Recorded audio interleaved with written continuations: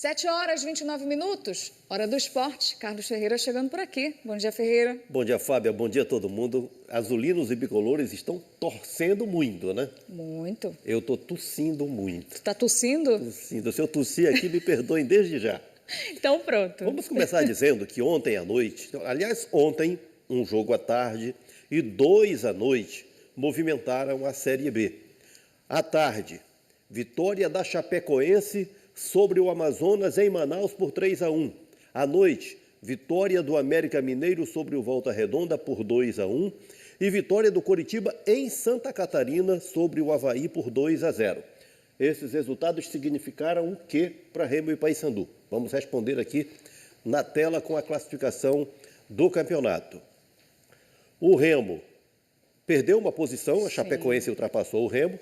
Agora, com 42 pontos, o Remo está 6 pontos abaixo do G4. Agora, o quarto colocado é o Atlético Paranaense com 48 pontos.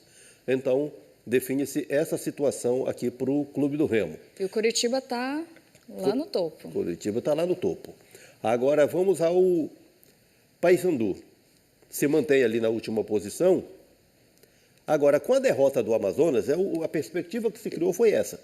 O Amazonas, tendo perdido o Paysandu 2 pontos abaixo, tem a possibilidade de, na próxima rodada, pelo menos sair da última posição. Então, foi positivo para o Amazonas, é isso? Para o Paysandu, o fato de o Amazonas ter perdido. Ah, tá. Abriu pelo menos essa perspectiva de largar a lanterna. Sim, maravilha. Agora, no principal, que é de sair da zona do rebaixamento, ficou mais difícil ainda. Por quê? O América, tendo vencido, foi ali a 33 pontos, e o Atlético passou a ser o primeiro time fora da faixa vermelha, o primeiro da faixa verde, o primeiro que escaparia. Aliás, o último que escaparia, na realidade. 32 pontos do Paysandu com 25, são 7 pontos de distância para o primeiro time fora da degola. Restando 9 rodadas, esse resultado, a vitória do América, se fosse empate, até que quebrava o galho, mas com o América vencendo, o Paysandu voltou a ter essa distância de 7 pontos para possibilidade de salvação no campeonato. O Paysandu na competição é aquilo que eu comentei semana passada, e eu acho que o jogo contra o Criciúma mostrou bem isso, a vitória do Paysandu, surpreendente e absoluta sobre o Criciúma lá em Santa Catarina por 4-2. Significou o quê? Uma sobrevida, não? Uma retomada de ânimo, uma retomada de expectativa. É isso que o Paysandu vai buscar a cada rodada, se manter com possibilidade. Então, conseguiu esse objetivo lá em Santa Catarina, tendo no Maurício Garcês o seu grande herói, que foi o grande herói da vitória anterior. O Paysandu ficou 11 jogos sem vencer, 2 meses sem vencer. A última vitória tinha sido sobre o Coritiba, com o Maurício Garcês brilhando, olha só. Está aí o Maurício Garcês roubando a bola do adversário e fazendo o primeiro gol naquela goleada de 5-2 sobre o Coritiba, lá em Curitiba. Maurício Garcês, que é um maranhense de 28 anos. Agora uma jogada de contra-ataque do Paysandu, e aí nisso ele é especialista. Ele sai da metade de defesa do campo, ali da fase anterior à linha divisória, faz toda a jogada e conclui, driblou muito bem ali o adversário, concluiu e fez aquele que foi o 5º gol da vitória do Paysandu, do 5-2 em cima do Coritiba. E agora a participação decisiva dele na vitória sobre o Criciúma, fazendo mais 2 gols. Não apenas porque fez 4 gols até agora na competição, mas por tudo que produziu, das vezes em que serviu o Diogo Oliveira, com quem ele forma uma dupla importante no Paysandu. Esse atleta vai sair desta Série B muito valorizado. O Paysandu pode até ser rebaixado, sofrer impacto de rebaixamento, mas haverá conquistas individuais. É o caso do Garcês. O Garcês, eu disse, é um maranhense, um jogador que está com 28 anos, então já está ali casando maturidade com o seu auge físico, mas daqui a pouco já entra para a reta final da carreira. Está precisando o quê? Construir a sua base financeira. Então, nisso, o Paysandu fez muito bem ao Maurício Garcês.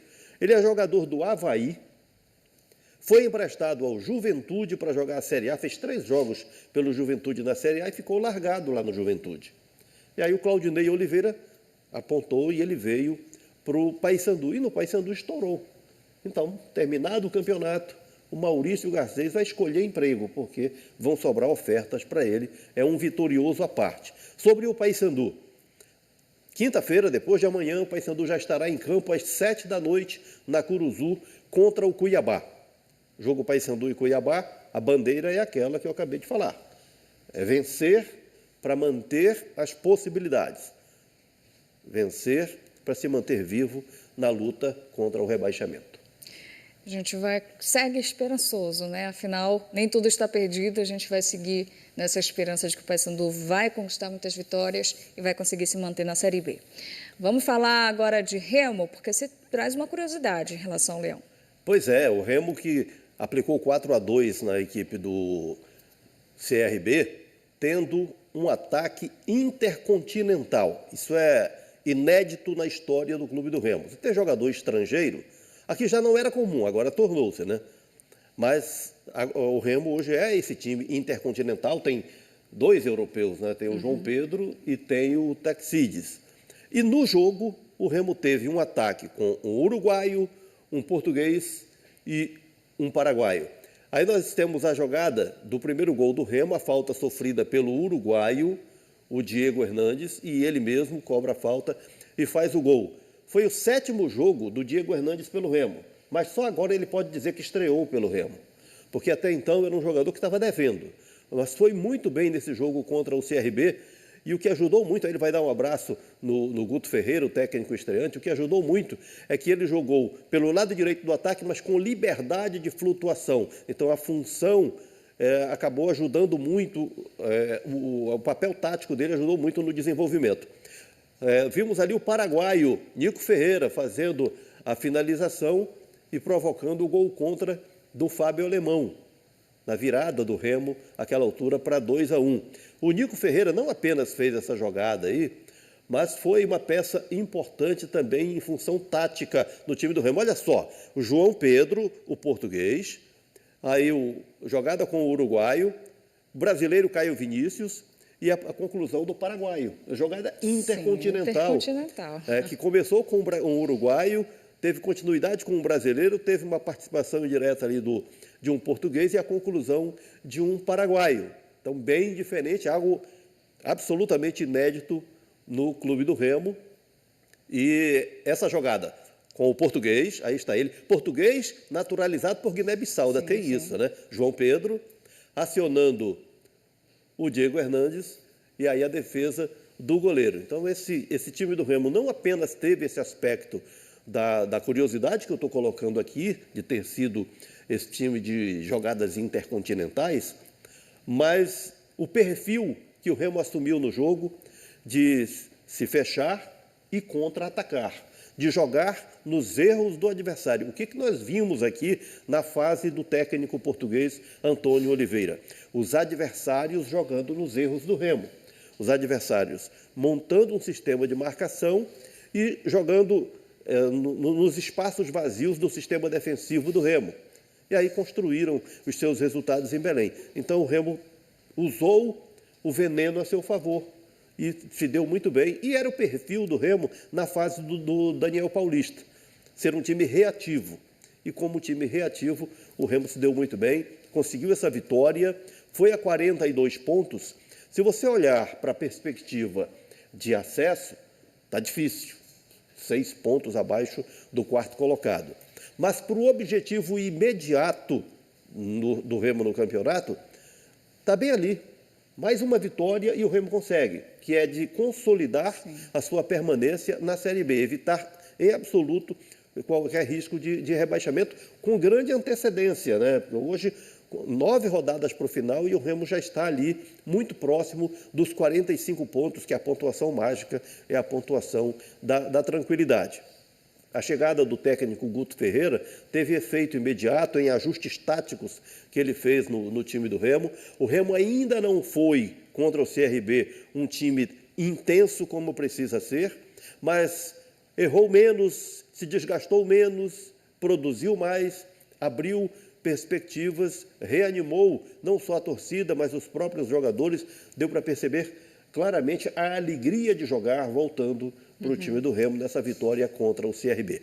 Vejamos no domingo, em Ponta Grossa, interior do Paraná, contra o Operário, que conduta terá o time do Remo. Será a conduta de um time que alimenta a perspectiva de acesso ou não, mas a tendência, sim, com uma semana de trabalho com o Guto Ferreira, é o Remo repetir boa atuação, independente de qual seja o resultado, mas voltar a ter boa atuação contra o Operário lá em Ponta Grossa.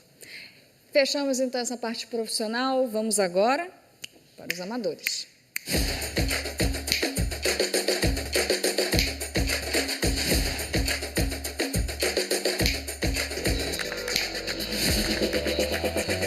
Desfile dos amadores, começando com o Abaeté Rum, certo? Voleibol Abaetetuba, está aí o time de voleibol de Abaetetuba. Quem vem agora? Borussia, é de Ananindeua. Aí está o Borussia, versão alemã. São Paulo e Papão Master, na mesma foto, lá no Outeiro. Veteranos do Juquiri, Benfica Benevides. Meia Boca Júnior, Asbep Ananindeua. Muito bom esse nome, bom, né? muito bom. Amigos Futsal, bicampeão de Quatipuru. Depois dos amigos do futsal, Barcelona Bancrévia, Ananindeua.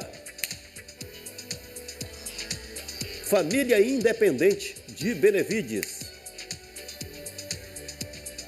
Dragões do Norte, que é um time formado por ex-profissionais do Pará e do Amapá.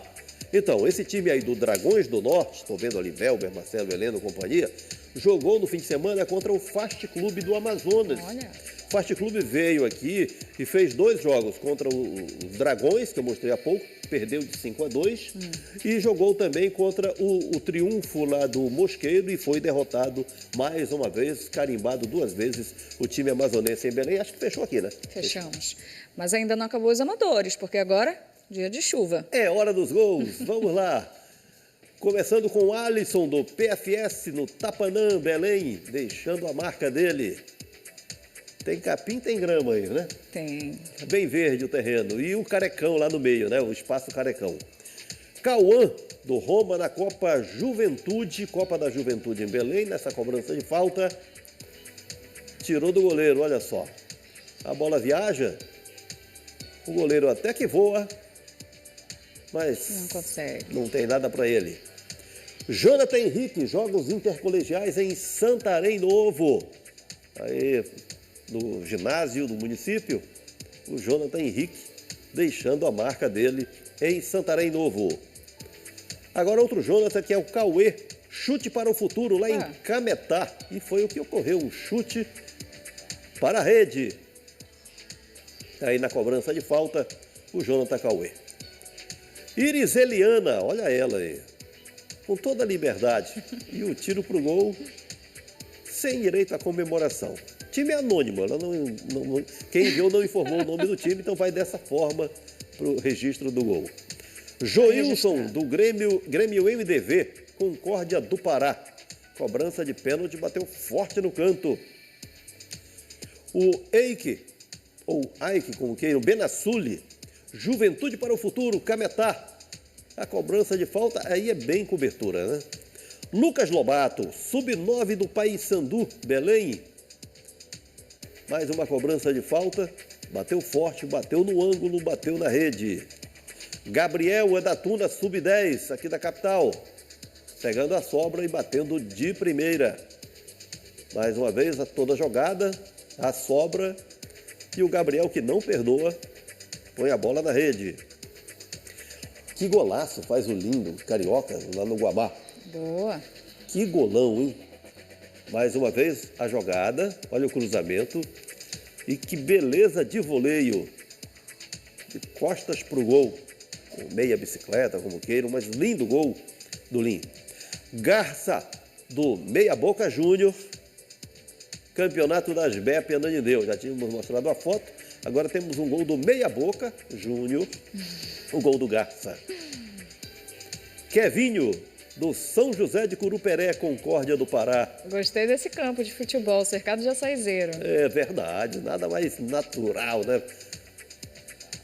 Lobão, do Red e Coaraci. Fez fila. Série de dribles contra os descamisados. E o gol do Lobão.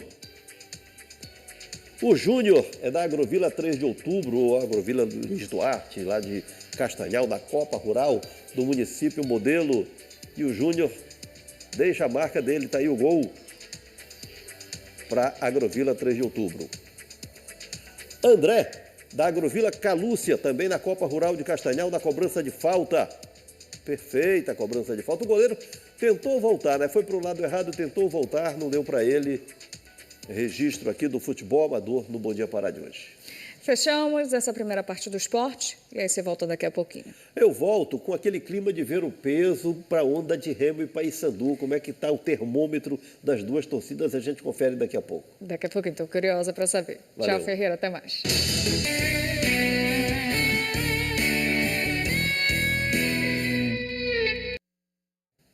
Vamos com o segundo tempo do esporte. Ferreira já está por aqui, já com os times amadores em destaque. Bom dia novamente, gente.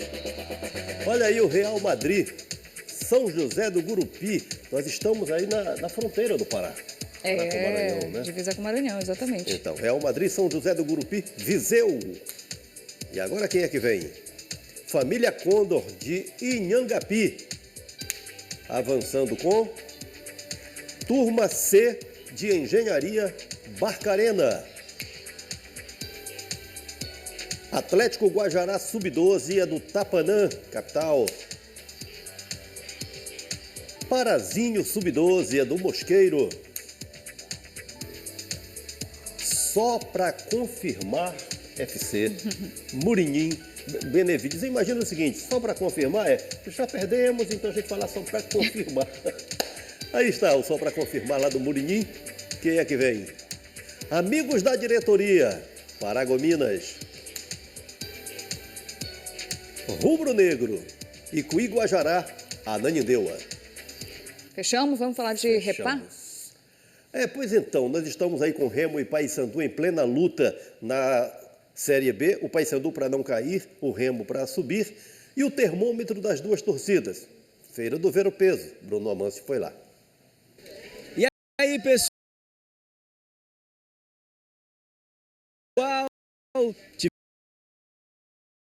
Tivemos uma rodada feliz para a dupla Repá.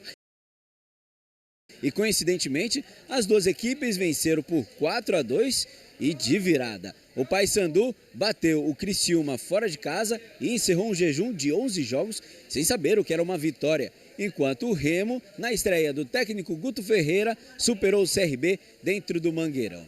E aí a gente veio até aqui o Ver o Peso, saber a reação de bicolores e azulinos. Foi bom, foi bom. Foi. Eu acho que o português já era para ter saído há mais tempo já, entendeu? Acho que o Guto já veio atrasado já. O outro lado viu que a gente ganhamos de 4-2 e invejou a gente também.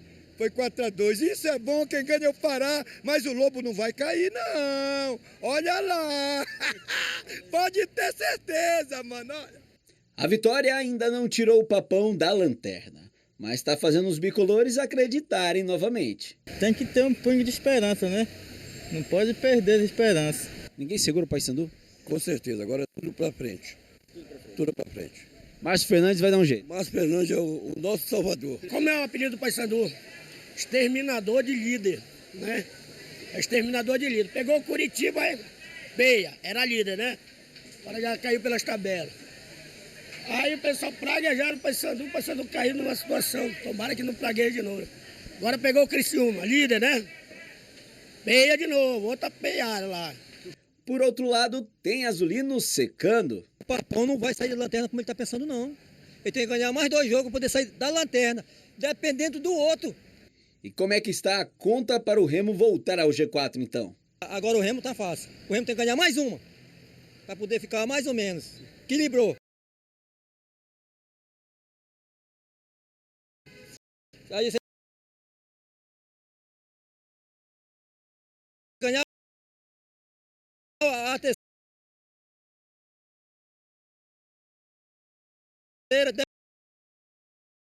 dependendo dos outros também, o Remo fica no G4, tá? Para isso, vale até tomar aquele açaí para dar uma forcinha, hein? Tava faltando o açaí do Beto lá para eles, né? Com toda certeza, rapaz, não tem jeito. Vem aqui no Ver Pedro tomar um açaí aqui, que aí tu vai ver o que é igual a uva aí. Já para os bicolores, a sugestão é uma bela maniçoba para dar aquela sustância. Essa manhã que o Paysandu precisa, mano, tá devagar mesmo. Nem ganhando, tem que ganhar mais 2 vezes pra não sair da lanterna. Bem alimentados, os times paraenses vão para o próximo desafio. Na próxima rodada, o Leão viaja para o Paraná, onde vai encarar o Operário domingo. Já o Papão recebe o Cuiabá em casa nesta quinta-feira, na tentativa de fazer uma nova vítima. E para esse jogo, os bicolores já estão empolgados novamente. Aqui é do Papão, o maior campeão do Norte, Nordeste e Centro-Oeste do Brasil. É o único time que tem 50 títulos paraense, bicampeão brasileiro, campeão dos campeões, 5 vezes campeão da Copa Verde, campeão da Copa Norte, campeão da Copa Norte e Nordeste e campeão da Copa Gran-Pará 2025.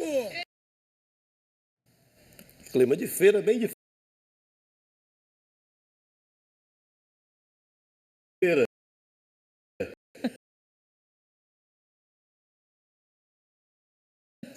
A melhor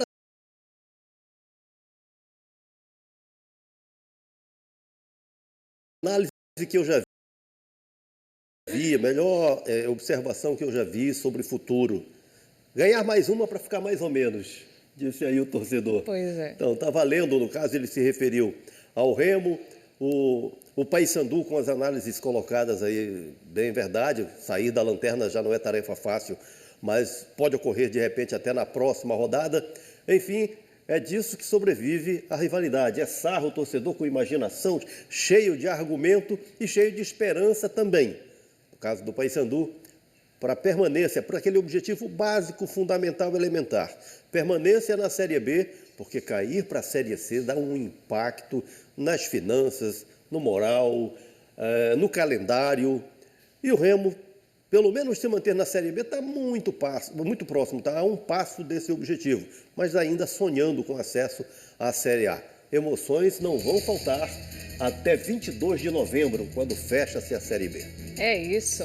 Acabamos por hoje. Ferreira, muito obrigada. Obrigada também pela sua companhia. A gente te espera amanhã, quarta-feira, para começar um novo mês, dia 1º de outubro, que seja um mês incrível para todos nós. Muita boa notícia, é o que a gente espera. Tchau, tchau. Boa terça para vocês e até amanhã.